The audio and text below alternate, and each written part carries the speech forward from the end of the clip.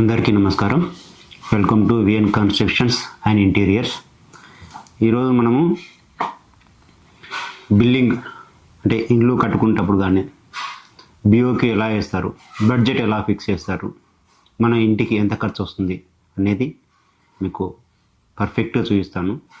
ఈ వీడియోలో మీరు ఖచ్చితంగా ఒక ఇంటికి ఎంత బడ్జెట్ వేసుకోవచ్చు క్వాంటిటీస్తో సహా మీకు చూపిస్తాను.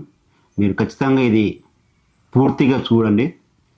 ఈ వీడియో కనుక మీకు నచ్చితే మీ ఫ్రెండ్స్కి, మీ రిలేటివ్స్కి షేర్ చేస్తారని నేను ఆశిస్తున్నాను.